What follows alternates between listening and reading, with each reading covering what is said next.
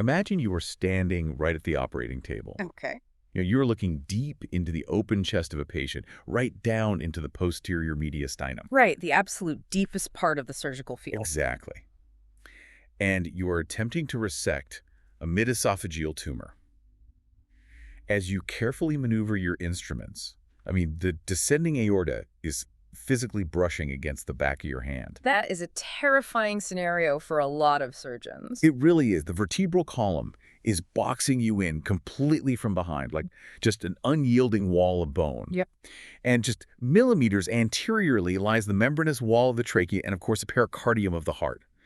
You're basically working inside a rigid, crowded, absolutely merciless anatomical cylinder. You really are. One microscopic tremor, right, 1 millimeter of misjudged depth, and you have instantly caused a catastrophic aortic hemorrhage. Or a devastating brachial fistula. Yes. There is zero margin for error here. Effectively zero, yes.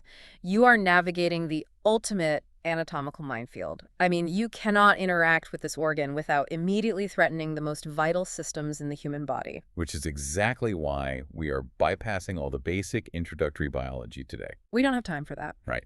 If you're listening to this deep dive into the source material, you are not here for a rudimentary overview. You are likely a senior surgical trainee, a PhD candidate in advanced physiology, or you are directly preparing to face the examiners for your FRCS. And they will not go easy on you. No, they won't. Yeah. So we are skipping the pleasantries. We are taking this massive stack of advanced surgical notes, the anatomical texts, and these intricate neurovascular schematics, and we are going straight into the hard anatomy. I love it. Let's do it. Our mission today is to master the surgical anatomy, the dynamic physiology, and the lethal pathology of the esophagus.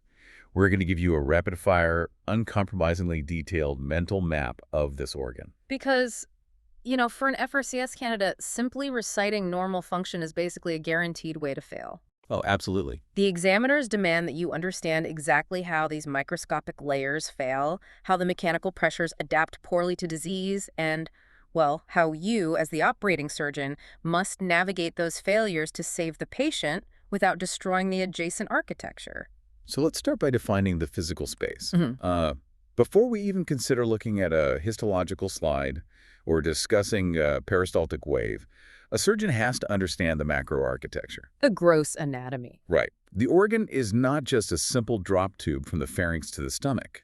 The texts define it as a structure roughly 9 to 10 inches long in a fully grown adult. So about 23 to 25 centimeters. Exactly. But the critical concept here, the thing that really stands out in the notes, is that it acts like a major high-speed transit conduit that is forced across through 3 entirely distinct anatomical jurisdictions. The cervical, the thoracic, and the abdominal segment. Right, and each one of those jurisdictions enforces its own strict set of rules.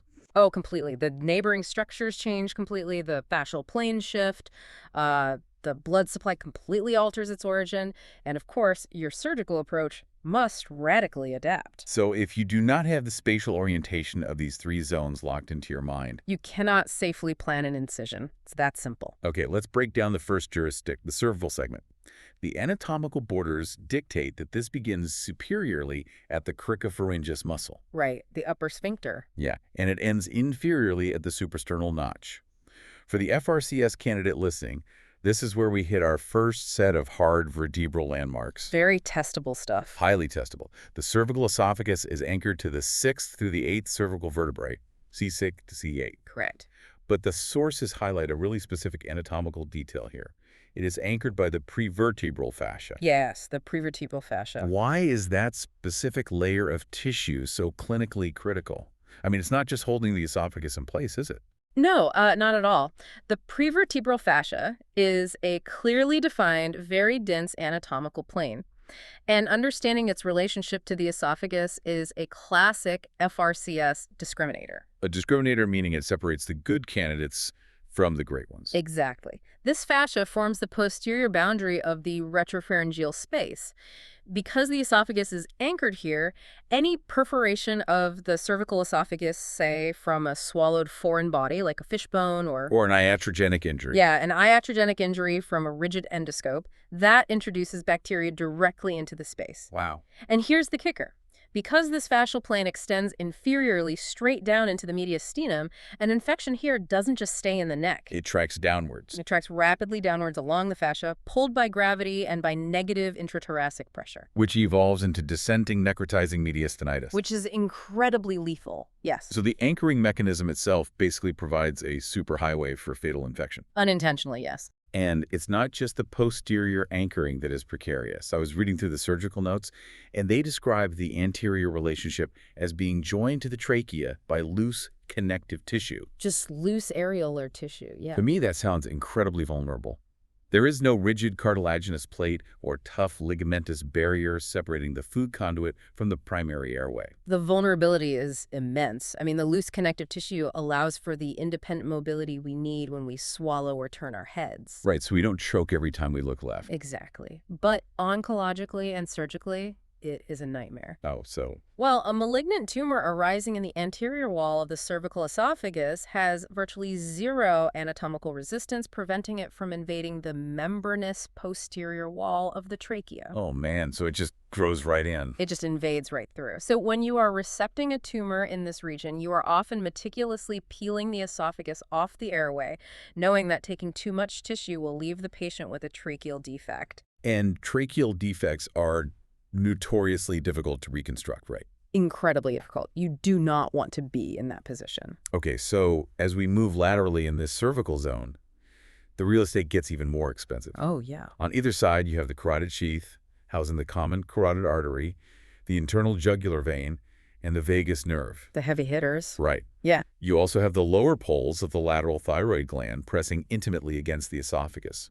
But here is the specific detail I really want to zero in on because the texts highlight it as a major surgical trap. Let me guess. The thoracic duct. The thoracic duct. The sources explicitly state that it courses along the left side of the cervical esophagus, precisely at the level of the C6 and C7 vertebrae. That is exactly right. Why does that exact millimeter of geography matter so much when you have a scalpel in your hand? This is a scenario an examiner will push you on relentlessly. The thoracic duct is the largest lymphatic vessel in the human body. Draining chyle, right? Yes, chyle, which is lymph enriched with emulsified fats from the entire lower half of the body in the left upper quadrant. So it's a major fluid transport system. Massive. But visually, it is surprisingly thin-walled and delicate. I mean, it looks almost like a small, collapsed vein. Oh, so it's easy to miss. Extremely easy to miss, because it ascends into the root of the neck and arches laterally right along that left side of the esophagus at C6, C7 to empty into the confluence of the left internal jugular and subclavian veins.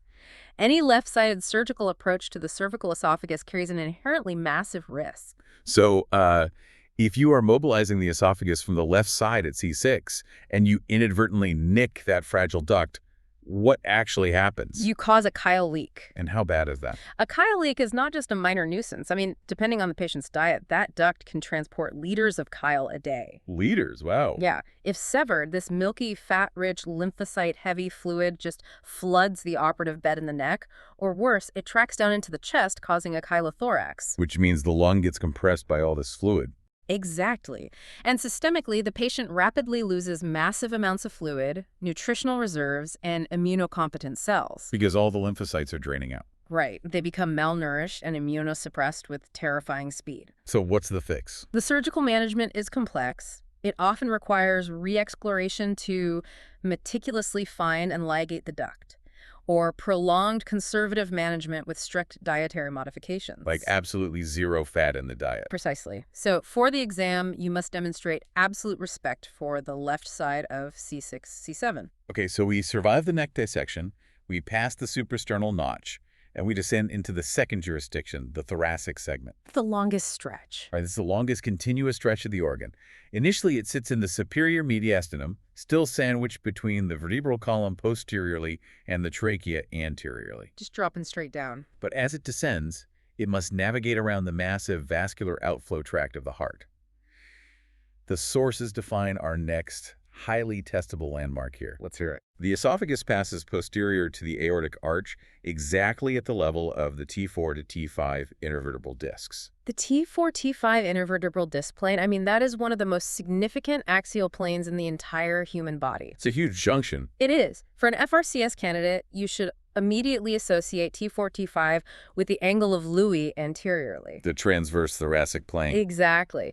It marks the bifurcation of the trachea into the right and left main bronchi. It marks the beginning and the end of the aortic arch. Right. And it marks the division between the superior and inferior mediastinum. The esophagus passing posterior to the aortic arch right at this crowded junction well, it dictates the limits of all our surgical approaches. I want to visualize the constraints here. Right. If I have a mid-esophageal tumor located just below this T4, T5 level and I need to resect it, what are my physical boundaries? Well, anteriorly, you have the descending thoracic aorta and the pericardium of the left atrium. Yep. Posteriorly, the vertebral bodies. Laterally, the pleural cavities and lungs. You are operating in a deep, dark well. So if the tumor is tethered to the aorta, The dissection becomes perilously close to causing a massive, uncontainable hemorrhage. The spatial relationship at T4, T5 means the esophagus is literally pinned between the rigid spine and the pulsating high-pressure curve of the aorta. it perfectly illustrates the concept that this organ has absolutely no independent isolation. None at all. It is completely beholden to the structures pressing against it. Okay, finally, we reach the end of the line, the third jurisdiction, the abdominal segment. The shortest segment. Right. It extends from the diaphragm down to the cardia of the stomach. The sources give us our final two vertebral landmarks here. T10 and T11. Exactly.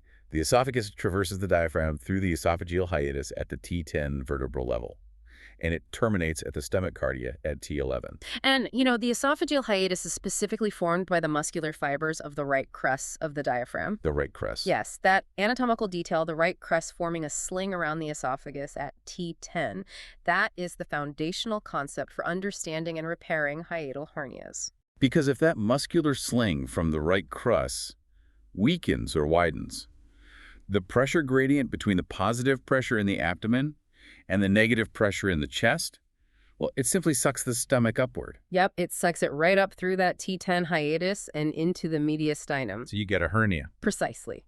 And knowing these levels, C6 for the trichopharyngeus, T4, T5 for the aortic arch crossing, T10 for the diaphragmatic hiatus, and T11 for the cardia, that is how a surgeon actually plans their incision. You have to map it out beforehand. Exactly. You do not simply open a patient up and look around. If endoscopy and imaging show a lesion at T8, you know definitively that you are dealing with the lower thoracic esophagus. Which means you're likely requiring a right thoracotomy. Exactly. But if the lesion is at T11, you are in the abdomen, and you might approach it transiatally or via a laparotomy. So the entire surgical strategy is built on these exact vertebral coordinates. 100%. So the overarching takeaway for you listening is that while the esophagus is one continuous tube, your entire clinical mindset must fracture into three distinct segments, depending on where the pathology lies. The adjacencies change, and the catastrophic risks change. Right. And as we peel back the layers, the very cellular makeup changes. Which brings us to section 2 of our deep dive, the microarchitecture. Form enables function. Always. And the structural integrity of this organ and its specific modes of failure are dictated entirely by its 4 histological layers and its 2 specialized sphincter zones. Let's work from the inside out. Starting with the mucosa. Yes, the innermost lining. The sources describe this as a non-keratinized squamous epithelium. It's essentially biological armor, right? Designed to withstand the physical friction of swallowed, unchewed food. That's a good way to put it. The squamous epithelium is thick, it's stratified, and highly durable against mechanical shearing stress. Like swallowing a sharp piece of food. Right. If you swallow a poorly chewed tortilla chip, the squamous cells just slough off and protect the deeper tissues. But it has a fatal flaw, doesn't it? It does. While it is mechanically robust, it is chemically defenseless. Defenseless against acid. Yes, it is exquisitely vulnerable to the caustic effects of hydrochloric acid. Which sets up one of the most critical clinical scenarios in foregut surgery. The sources emphasize that at the gastroesophageal junction, where the esophagus meets the stomach, this mucosal lining abruptly transitions from the non-keratinized squamous epithelium to a columnar epithelium. Z-line. Right. I look at this transition zone as a highly volatile border dispute. Why is this exact junction such a massive hotspot for pathology? Well, it is the front line of chemical warfare. I mean, the columnar epithelium of the stomach is uniquely evolved to withstand a highly acidic environment, a pH of like 1.5 to 2. Because it secretes mucus. It secretes protective mucus and bicarbonate, but the squamous lining of the esophagus, it has no such defenses. Not at all. So when a patient suffers from gastroesophageal reflux disease, or GORD, the acidic gastric contents wash backward up into the distal esophagus. And the squamous epithelium is just chronically burned. Yes, it ulcerates, it inflames, and eventually the body reaches a breaking point. It realizes that replacing damaged squamous cells with more squamous cells is a losing strategy. So it adapts. Yeah. It literally changes its cellular identity to survive the acid bath. It undergoes metaplasia. The stem cells in the basal layer of the esophagus stop producing vulnerable squamous cells, and they begin producing acid-resistant columnar cells, complete with intestinal goblet cells. Wow.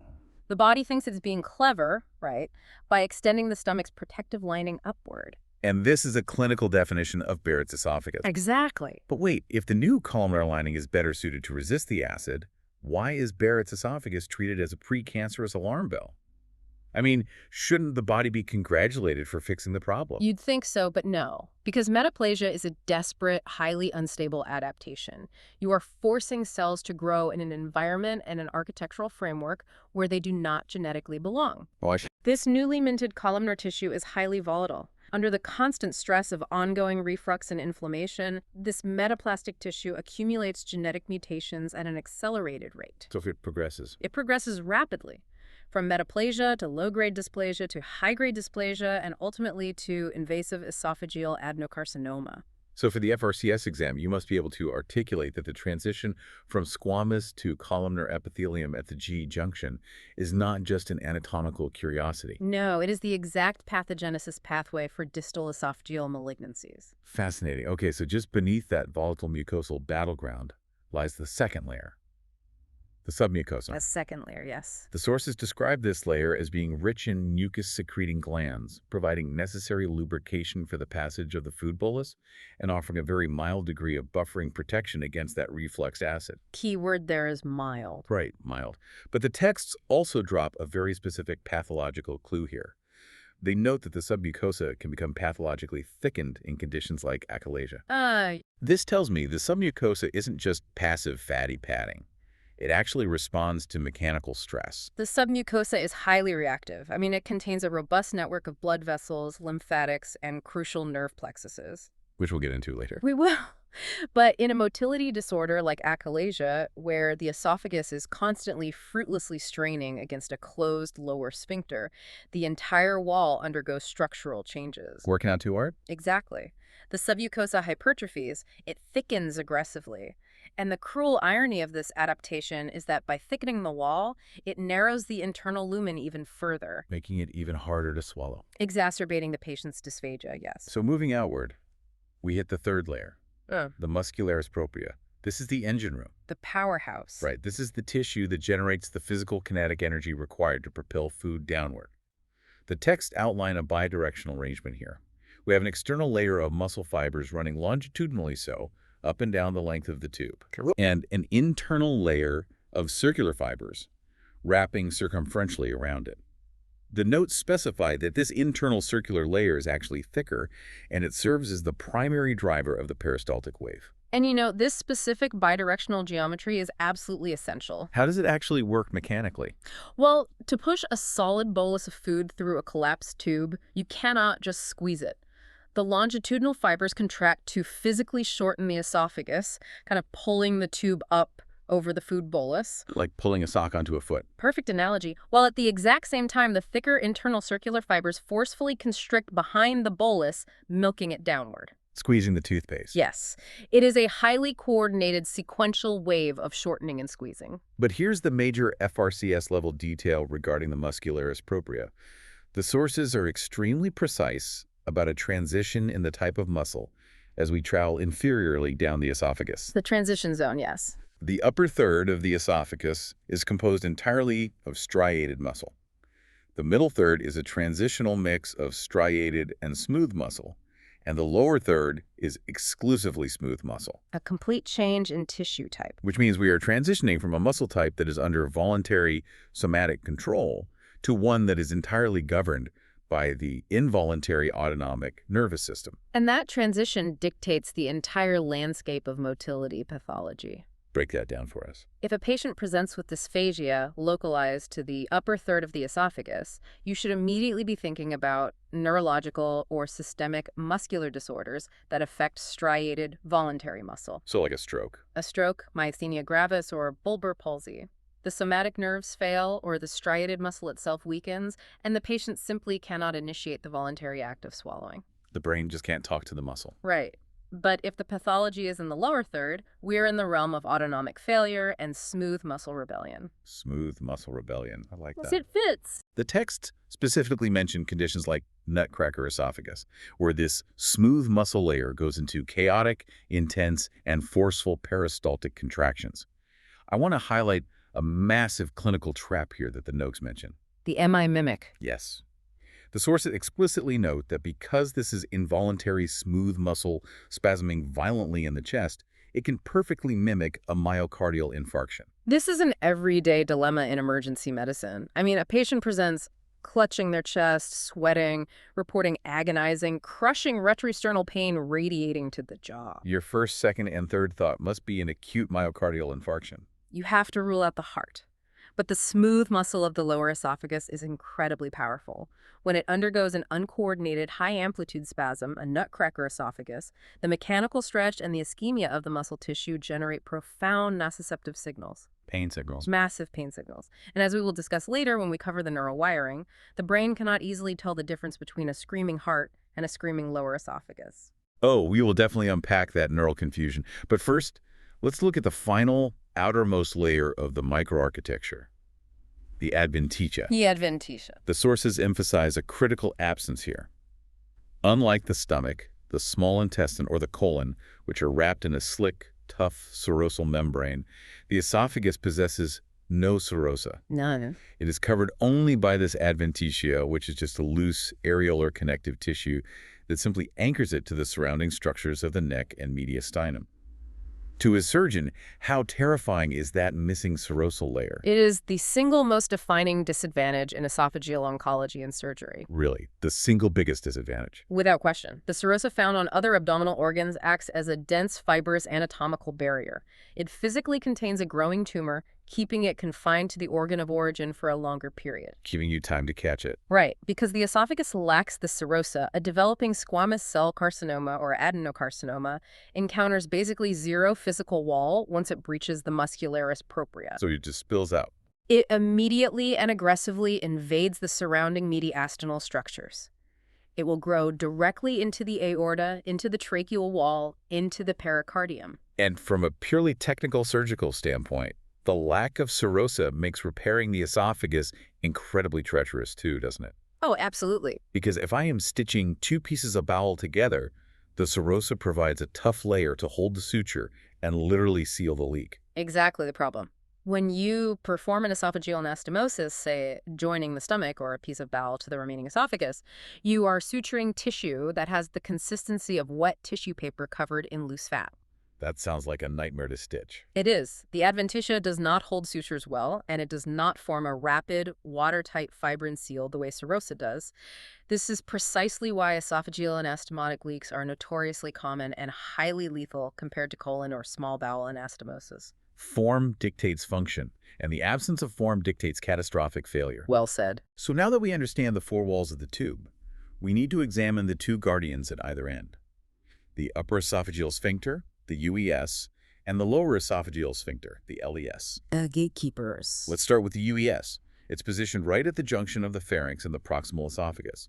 The sources define it anatomically as being composed of skeletal muscle, specifically detailing the cricopharyngeus, the thyropharyngeus, and craniocervical muscles. And note that detail, these muscles have opposing fiber orientations. So the UES is a true, distinct anatomical sphincter. Yes. If you dissect it out in a cadaver, you can see and feel a physical ring of dense skeletal muscle. It maintains a state of constant tonic contraction. Just always squeezed shut. Yes. And while we typically think of sphincters as holding food in, the primary physiological role of the UES is actually to keep air out. Wait, really? To keep air out? Yeah. Every time you take a breath, the negative pressure in your chest actively tries to pull air into the esophagus. The UES stays clamped shut so that inhaled air is forced anteriorly into the trachea and lungs, rather than just filling your stomach like a balloon. That makes perfect sense. But the UES obviously has to relax with split-second timing to let a swallowed bolus of food pass. It does. And when that precise timing mechanism fails, we see the development of a highly testable clinical entity, Zenker's diverticulum. A classic exam topic. The notes state that a pouch forms, leading to regurgitation and bad breath. I want to break down the sheer mechanical physics of this failure. Let's do it. Imagine the patient is swallowing a large, tough piece of meat.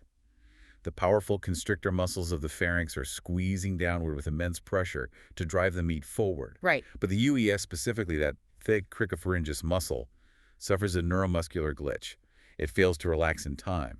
The door remains locked. What happens to all that force? Well, you now have a closed-loop system under extreme high pressure. The pharynx is generating massive propulsive force, but the bolus has literally nowhere to go. The pressure has to escape somewhere. That kinetic energy and pressure must find an escape route. And anatomically, there is an area of relative muscular weakness just superior to the cricopharyngeus and inferior to the inferior pharyngeal constrictor. I remember this. This area is called Killian's triangle, right? Or Killian's dehiscence. Exactly right. It's an architectural weak point in the muscular wall. So under that intense, repeated pressure from swallowing against a closed door, the innermost layers, the mucosa and submucosa, they physically herniate outward through that weak muscular gap. Yes, they balloon out, creating a blind pouch hanging off the back of the throat. This is a Zenker's diverticulum. And it's a false diverticulum, correct? Yes, it is a classic false diverticulum because it doesn't contain all layers of the esophageal wall. It's only the mucosa and submucosa that push through. And because this pouch is just a dead-end sac hanging in the neck, gravity simply drops the swallowed food right into it. It just collects there. The food sits there, completely isolated from the digestive process. It ferments and rots. That perfectly explains the textbook clinical presentation.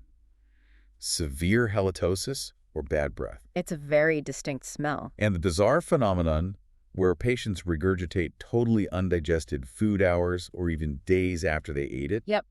It is fundamentally a mechanical blowout caused by a timing error at the UES. And treating it requires addressing that root cause, doesn't it? You have to. You don't just cut off the pouch. You actually have to perform a cricopharyngeal myotomy. Cutting the muscle. Right. Cutting that stubbornly contracted cricopharyngeus muscle to permanently relieve the high-pressure zone. Otherwise, the pouch will simply recur the minute they start swallowing again. Okay, now let's drop down to the other end of the tube and examine the lower esophageal sphincter, the LES. The lower gatekeeper. The LES is located approximately 3 centimeters proximal to the stomach junction. The sources describe it as being formed by a thickening and overlapping of the internal circular muscle fibers. But pay attention to the terminology here. Right. I want to push back on the terminology. We casually call it a sphincter, but the texts are adamant that it is not a distinct anatomical ring like the cricopharyngeus we just discussed. It is absolutely not. If you cut the esophagus open, you don't see a physical band of muscle. Instead, the notes describe it purely as a physiological zone of high pressure. Yes. If it's not a physical drawstring pouch, how does a pressure zone actually stop stomach acid from washing upward? This is a vital conceptual shift for an FRCS candidate to make. I mean, think of the UES as a physical clamp on a garden hose. Okay. The LES is entirely different. It relies on a localized area where the smooth muscle maintains an intrinsically higher resting tone than the rest of the esophagus. Just a higher tone. Right, which creates a high-pressure gradient. According to basic fluid dynamics, fluid cannot flow from an area of lower pressure at the stomach into an area of higher pressure, the LES zone. So it acts more like a localized narrowing in a wind tunnel. That's a great way to visualize it. As long as the muscular tension squeezing inward creates a pressure that exceeds the intragastric pressure pushing upward, the acid is trapped in the stomach. Exactly. And this pressure zone is highly dynamic. It is heavily influenced by the diaphragm surrounding it, the overall intra-abdominal pressure, and local neurohormonal signals. Right. When you swallow, that localized smooth muscle must completely drop its tone, relaxing to allow the bolus through, and then instantly ramp the pressure back up to reestablish the barrier. Which brings us back to the pathogenesis of GORS. Gastroesophageal reflux disease. If the LES is not a broken physical door, what exactly is failing in GORD? The failure is purely physiological. The smooth muscle in that specific 3 centimeter zone simply loses its baseline resting tone. Or it experiences inappropriate transient relaxations when no swallow has actually occurred. It just relaxes for no reason. Right. And when that happens, the pressure gradient collapses. The physical barrier is Yeah. completely gone. And the positive pressure of the abdomen just pushes the gastric acid effortlessly up into the negative pressure environment of the thoracic esophagus. Bathing that defenseless squamous mucosa we talked about earlier. And the countdown to Barrett's metaplasia begins. Tick-tock. Okay, we have established the structural arena. Now we must look at how this entire system actually moves. This brings us to section 3, the physiology of swallowing and motility. The choreography. Exactly. The sources break down the complex kinetic process of swallowing into 3 highly choreographed phases. And for an advanced clinician, understanding this choreography is vital because a breakdown at any single phase demands a completely different diagnostic and therapeutic approach. You have to know where the breakdown is. The first phase is the oral phase. The texts define this as entirely voluntary. The tongue acts as the primary mechanical driver, pushing the chewed food bolus backward toward the oropharynx. It seems like a very simple, intuitive step, but the clinical implications are profound. Because the tongue must shape the bolus and provide the initial forceful directional thrust, right? Yes.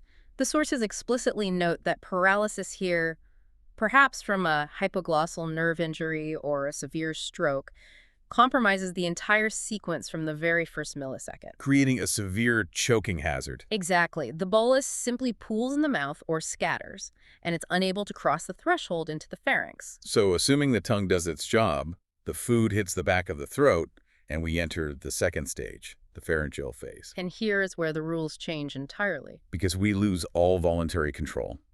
The process becomes a deeply ingrained rapid-fire reflex arc. Completely reflexive. The sources outline a sequence of events that must happen in fractions of a second. The soft palate elevates to seal off the nasopharynx. Simultaneously, the larynx elevates and the epiglottis folds downward. And this reflexive sequence is fundamentally a life-preserving mechanism designed solely to protect the airway. The elevation of the soft palate ensures the high-pressure propulsion of the pharynx doesn't just shoot the food up into the nasal cavity. Right, nobody wants food in their nose. But the really critical action is the laryngeal elevation and epiglottic closure. The airway must be completely sealed off before the powerful pharyngeal constrictor muscles fire. Because those muscles generate a massive surge of kinetic energy. Massive. They initiate the first true peristaltic motion to force the bolus down toward the momentarily relaxed upper esophageal sphincter. But the texts highlight a massive clinical vulnerability right here.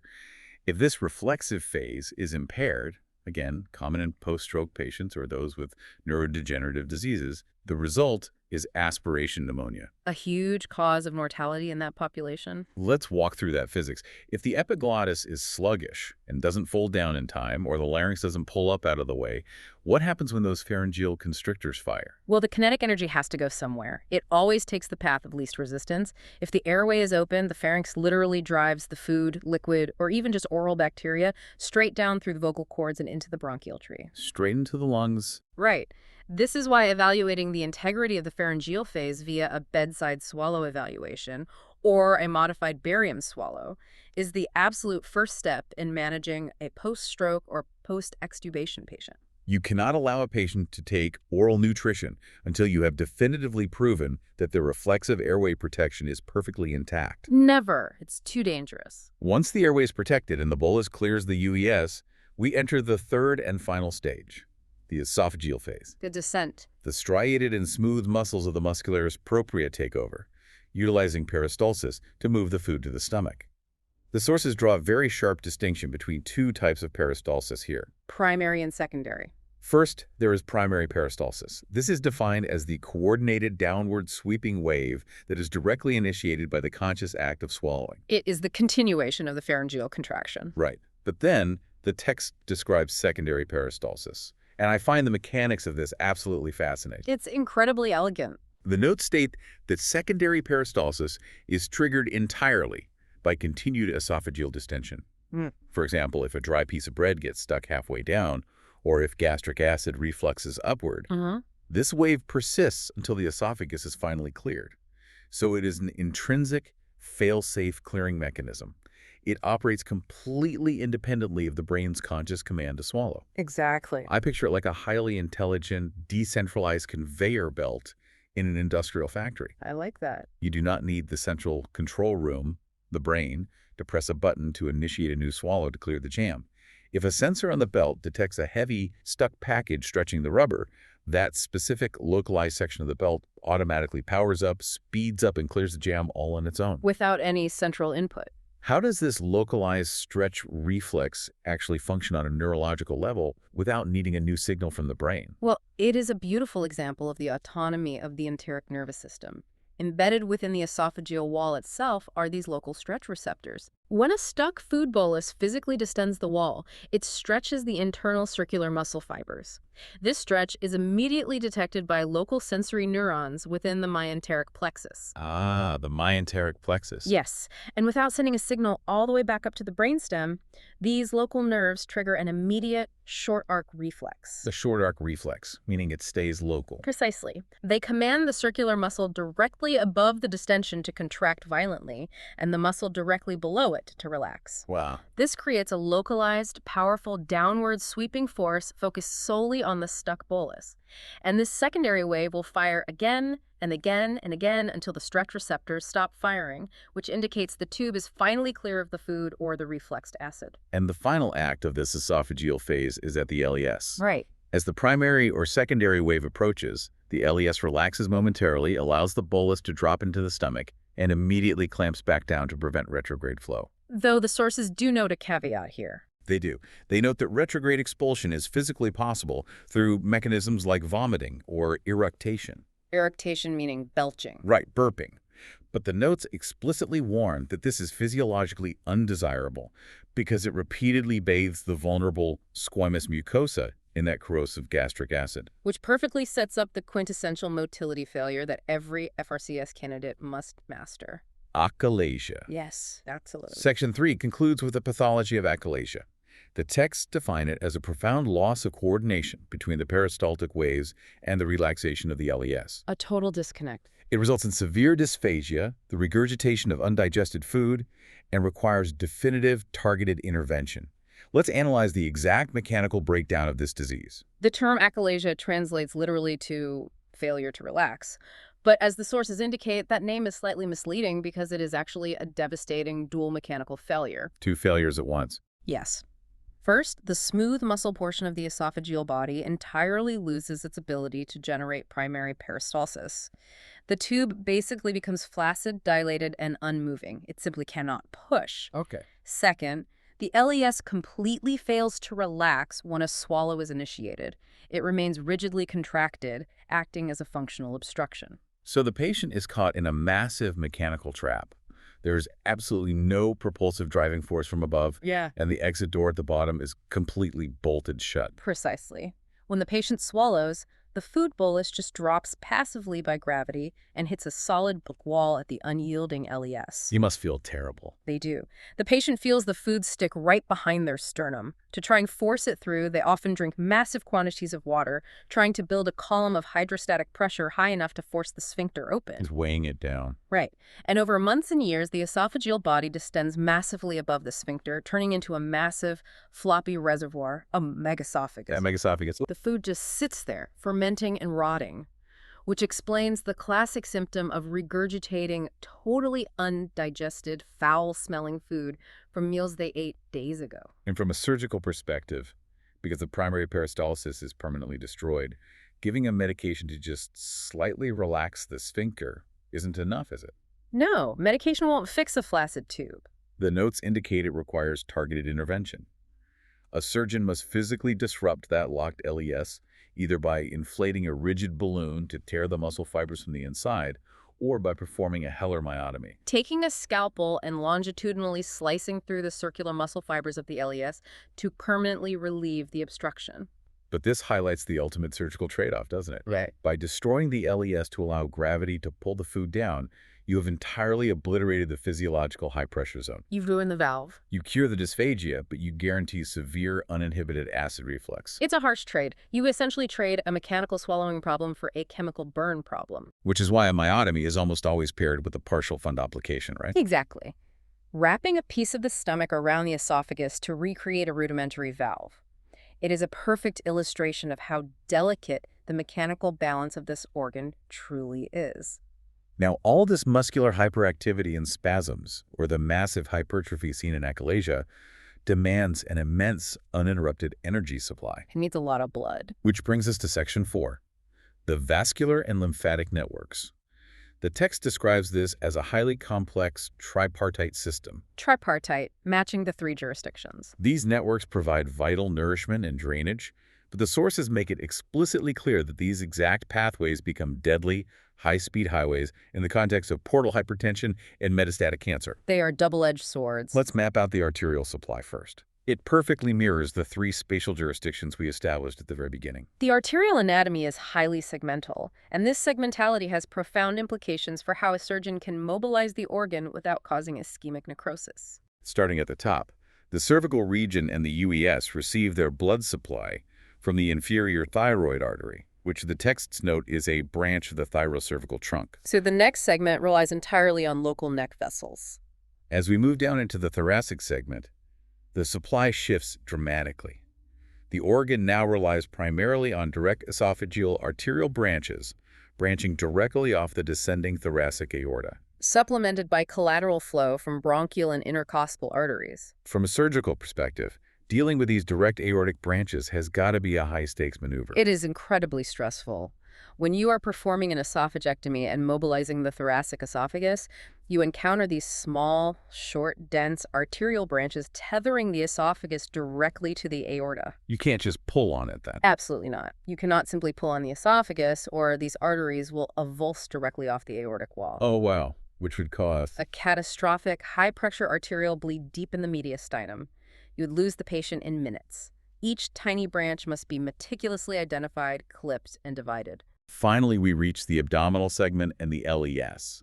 The blood supply shifts again, now coming from below the diaphragm. Right. The sources state it receives flow from the left gastric artery, which is a major branch of the celiac trunk, and from the left inferior phrenic artery. And pay attention to this next detail. The texts note a crucial anatomical feature here.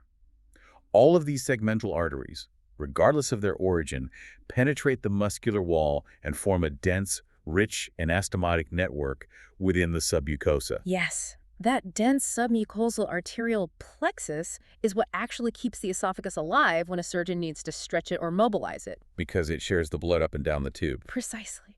However, because the origin of the blood supply is so highly segmental neck, thorax, abdomen, if you resect the thoracic aorta's branches, the esophagus must rely entirely on the intramural submucosal network to draw blood all the way up from the left gastric artery or down from the inferior thyroid. And if that internal network is inadequate, the mobilized tissue will suffer ischemia, it will necrose, and your anastomosis will spectacularly fail. A fatal leak. But as critical as understanding the arterial supply is for preventing ischemia, the venous drainage system is where the true clinical emergencies are born. Oh, absolutely. The sources describe a highly clinical dual venous drainage system that, again, is stubbornly segmental.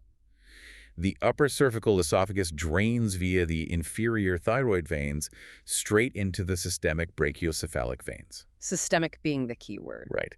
And the long thoracic esophagus drains into the azygos and hemiazygos venous systems, which then empty directly into the superior vena cava. Notice the pattern here. Both the cervical and thoracic segments drain via systemic veins. The blood returns quickly and efficiently straight back to the right side of the heart. But the distal abdominal esophagus is the critical outlier. The texts state that it drains via tributaries of the left gastric vein. The left gastric vein. But the left gastric vein does not go to the vena cava. It goes into the portal venous system. It goes directly to the liver. And this specific anatomical routing creates the setup for an FRCS exam absolute favorite. Portal hypertension. Yes, portal hypertension. This is the definitive portosystemic anastomosis. It is an anatomical trap. The sources state that portal hypertension redirects portal blood into the systemic azygosystem, creating esophageal varices, which are prone to life-threatening rupture. A ticking time bomb. I look at this specific venous crossover, like a pressure release valve, for a failing liver that inevitably turns into a bomb located directly in the chest. Let's walk through the exact physics of this lethal detour. Okay, consider a patient suffering from advanced cirrhosis. Years of alcohol abuse or viral hepatitis have turned their liver into a dense, scarred, fibrotic mass. Hard as a rock. Right. Normally, the massive volume of venous blood draining the entire gastrointestinal tract flows easily through the portal vein, filters through the liver sinusoids, and returns to the heart. But the fibrotic liver is now acting as a clogged physical filter. Exactly. The blood hits a wall of resistance. The pressure inside the portal venous system begins to skyrocket. And fluid dynamics dictate that this massive volume of high-pressure blood must find an alternative route back to the heart. It searches for a low-pressure detour. It has to go somewhere. And the most prominent anatomical detour available is right at the distal esophagus. Right at that junction. Yes. The high-pressure portal blood reverses its flow. It travels backward up the left gastric vein, seeking a pathway to cross over into the low-pressure systemic venous system. Specifically, it is trying to reach the azygos vein in the thorax to get back to the vena cava. So These bulging, tortuous vessels are the esophageal varices. On an endoscope, they look like tightly inflated, twisted purple grapes running up the walls of the distal esophagus. And recalling our microarchitecture from Section 2, what is covering these massive high-pressure balloons of blood? Very little. Right. Only that extremely thin, non-keratinized squamous mucosa. They lack the thick protective muscularis overlying them.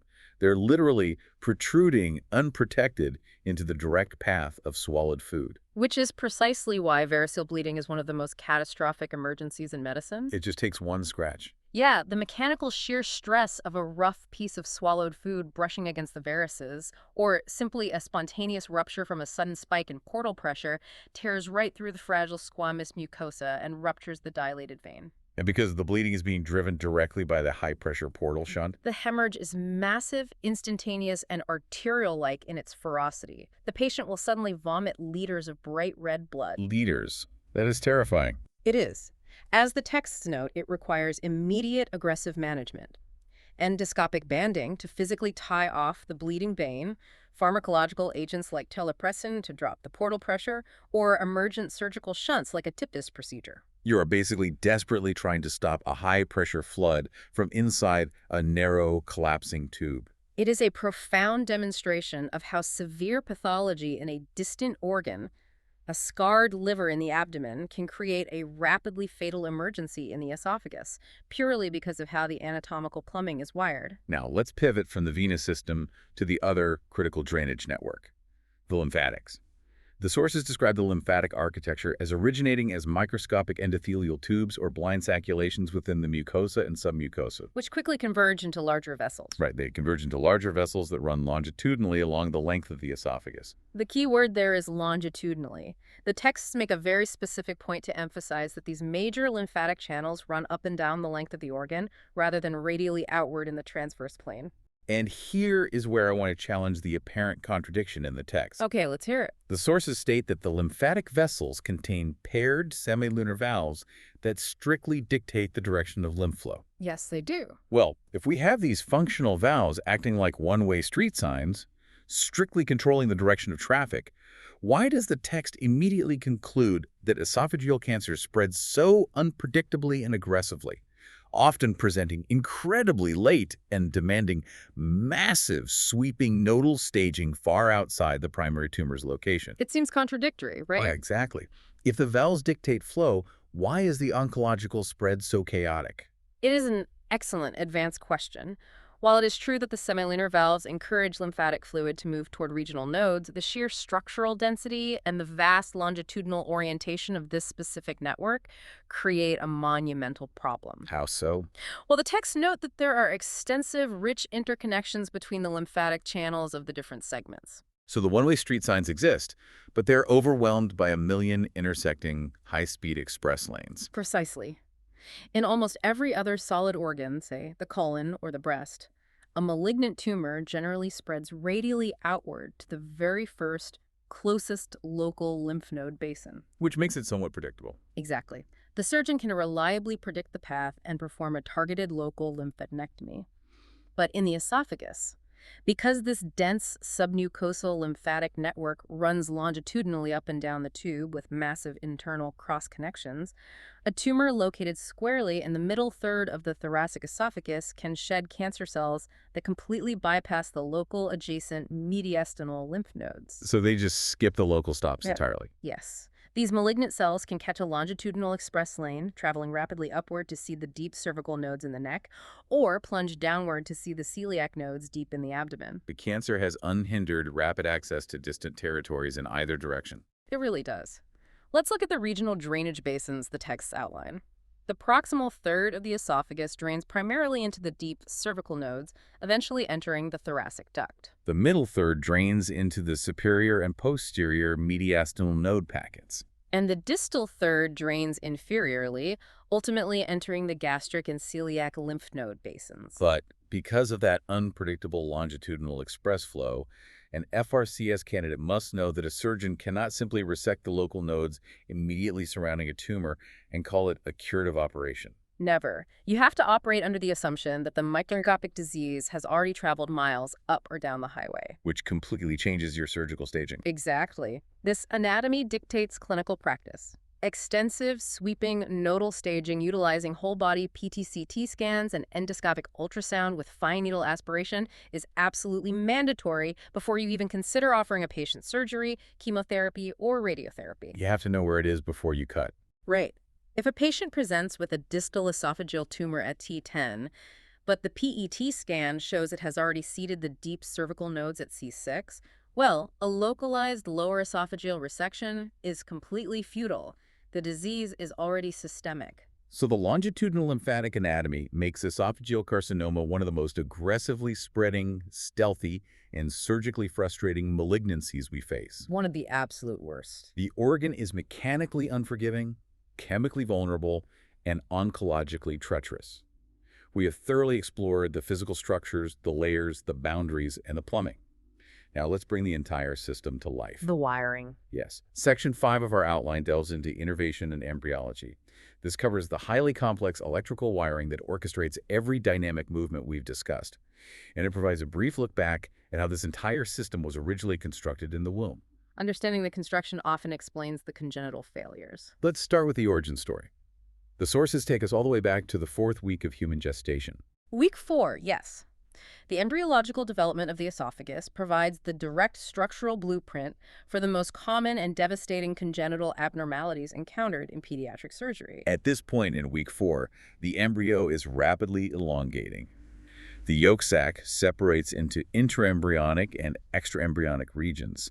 The texts note that the extraembryonic part simply regresses and disappears by week 12. But inside the intraembryonic region, Inside, a primitive digestive tube is forming. This tube subdivides into 3 distinct sections: the foregut, the midgut, and the hindgut. The sources confirm that the esophagus arises directly from the foregut. and as this foregut develops, a critical physical separation must occur. Tell us about that separation. Initially, the developing respiratory tract, the trachea and lungs, and the developing digestive tract, the esophagus, are one single fused common tube. One tube for air and food. Exactly. To survive outside the womb, they must separate completely. A longitudinal partition called the tracheoesophageal septum grows downward, dividing the single tube into an anterior trachea and a posterior esophagus. But when that delicate septation process fails or stalls, we encounter the congenital emergencies listed in the text. Right. The most prominent is a tracheoesophageal fistula, or TEFF. This is where an abnormal patent physical connection remains between the airway and the esophagus. Yes. Or we see esophageal atresia, where the esophageal tube simply fails to form completely, ending in a blind closed pouch rather than actually connecting to the stomach. For the FRCS exam, you must instantly recognize the clinical presentation of this embryological failure. They love to test this. Imagine a newborn baby is brought to you. Upon their very first attempt at feeding, they immediately choke, cough violently, and turn cyanotic blue due to lack of oxygen. Classic presentation. If they have an atresia, the milk hits the blind pouch and immediately spills over into the airway.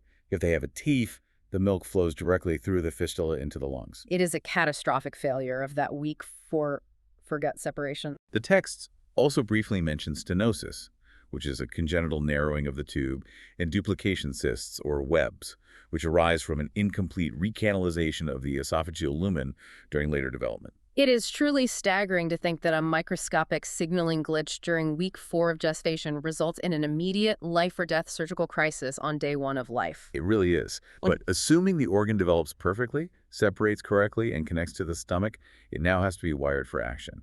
The sources detail a highly sophisticated dual autonomic innervation system. Dual innervation, meaning parasympathetic and sympathetic. Yes. The esophagus is controlled simultaneously by both branches. Let's analyze the powerhouse first. The parasympathetic system, which is driven entirely by the vagus nerve. The vagus nerve, cranial nerve 10. It is the absolute primary motor driver of the entire esophageal apparatus. The texts state unequivocally that it mediates the motor functions. This means the vagus is the master conductor commanding the complex sequential primary peristalsis we analyze in Section 3.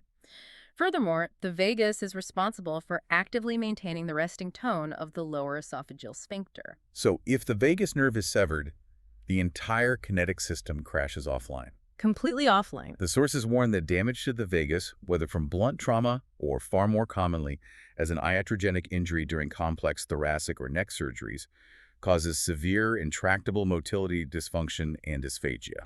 This is a major surgical consideration. I mean, if you are performing a radical neck dissection for thyroid cancer or resecting a massive tumor in the superior mediastinum, you are operating in the immediate millimeter-adjacent vicinity of the bilateral vagal trunks and their critical branches. Branches like the recurrent laryngeal nerves. Exactly. If your scalpel or cautery severs those nerves, you completely paralyze the peristaltic wave of the esophagus. Wow.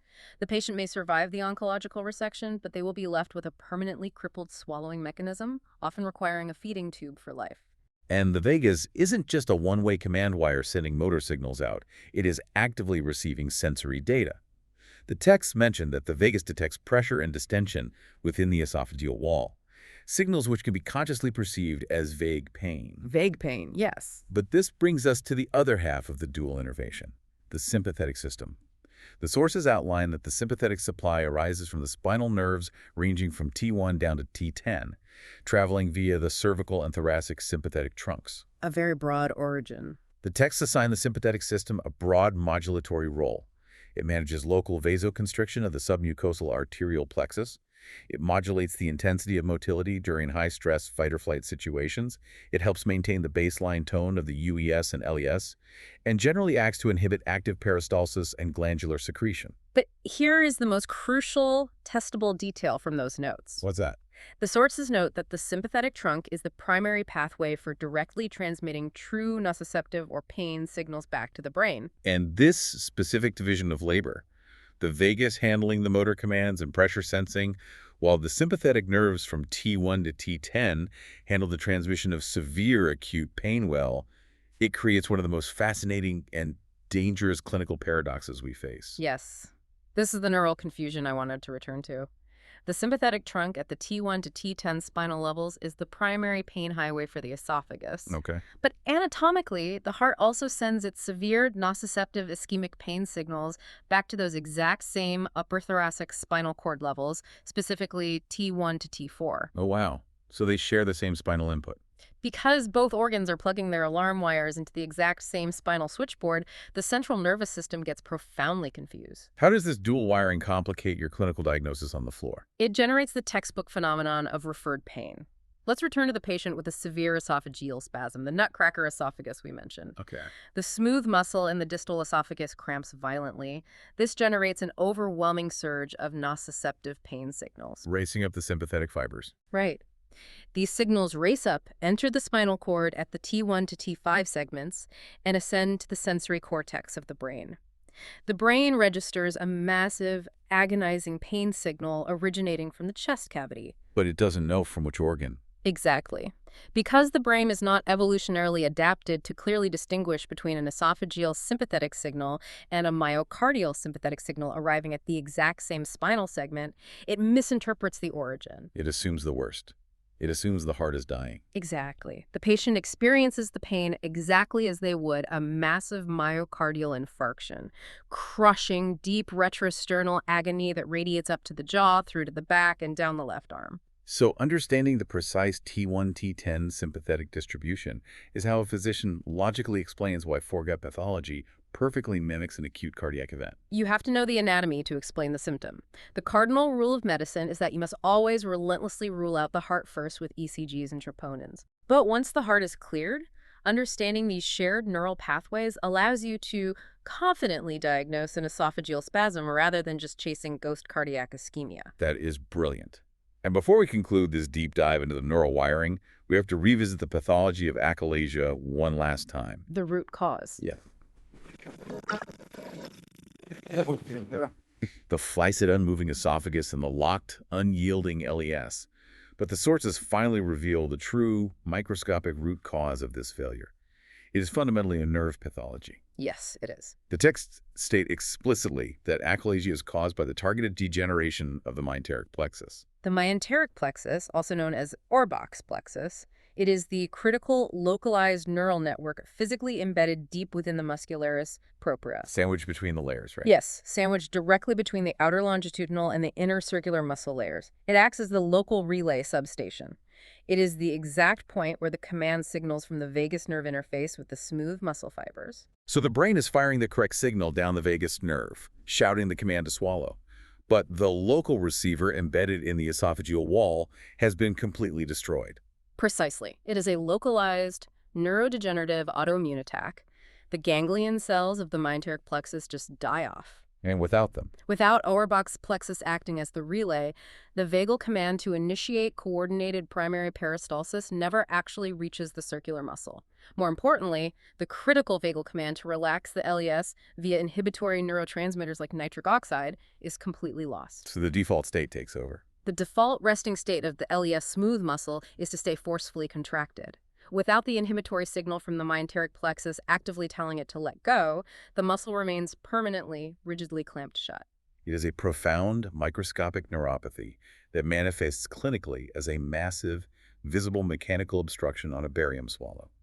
The organ essentially chokes on its own baseline muscle tone. And demonstrating that deep, multi-layered understanding, tracing a patient's gross clinical symptom of dysphagia backward through the mechanical failure of the LES, all the way down to the cellular degeneration of the ganglion cells in Auerbach's plexus. That is exactly the level of synthesized advanced analysis that the FRCS examiners demand.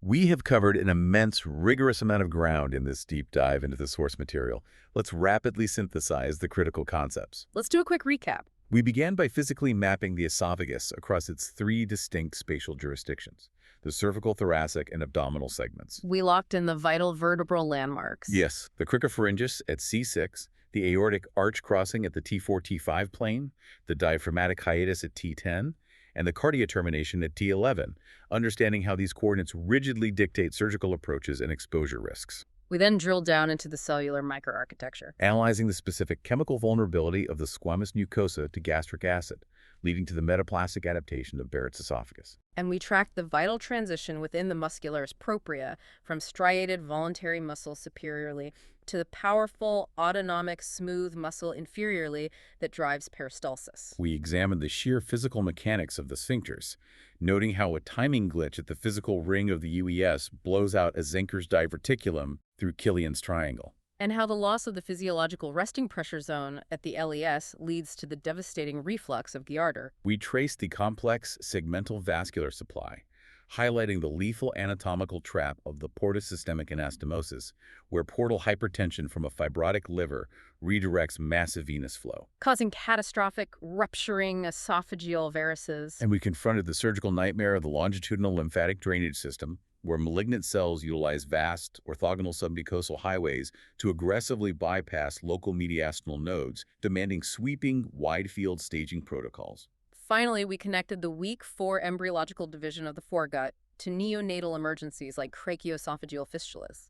And we mapped the delicate dual autonomic balance, the vagal powerhouse commanding peristalsis and sphincter tone, and the sympathetic T1-T10 network transmitting the nociceptive signals that perfectly mimic cardiac arrest. All culminating in the realization that the destruction of the localized myenteric plexus results in the mechanical paralysis of achalasia. It is a profound organ, It is defined almost entirely by its perilous connections, its dramatic cellular transitions, and its incredibly dangerous neighbors. Very well said. Which leaves us with a final provocative thought, based on the advanced texts we've reviewed today. We established that the esophagus relies entirely on the precise, localized neurochemical signaling of Auerbach's plexus and the vagus nerve to manage the delicate pressure gradients of the LES and to drive peristalsis. It's an electrical problem at its core. Exactly. When that signaling fails in achalasia, our current surgical solution is incredibly brutal. I mean, we mechanically slice the muscle fibers with a Heller myotomy, permanently destroying the physiological valve and trading dysphagia for severe acid reflux. It's basically a demolition job. But looking forward, if the root cause is a localized neuropathy, will the future of treating conditions like achalasia or even severe functional GORD move away from structural demolition? Will we abandon the scalpel and the fundoplication wrap and instead focus on bioengineering? That is the big question. Could we directly regenerate the ganglion cells of the myenteric plexus? Or maybe implant microscopic pacemakers to artificially restore the original, elegant, physiological choreography of the organ? That is the ultimate frontier of foregut surgery, shifting our paradigm from crude mechanical destruction back to precise neurological restoration. It is a concept that challenges everything we currently do in the operating room. For you listening, your mission now is to take these complex anatomical spatial relationships, these physiological cascades, and these pathways of pathological failure, and apply them directly to your clinical practice. You need to visualize it. You must be able to hold this dynamic, three-dimensional, heavily wired map of the esophagus in your mind the next time you're evaluating a complex barium swallow, standing in the emergency department, or staring down the examiners. The superficial X-ray might look straightforward, but as we've demonstrated today, the underlying anatomical reality is wonderfully, terrifyingly complex. Until the next time we open the texts, keep studying the mechanisms, keep diving deep.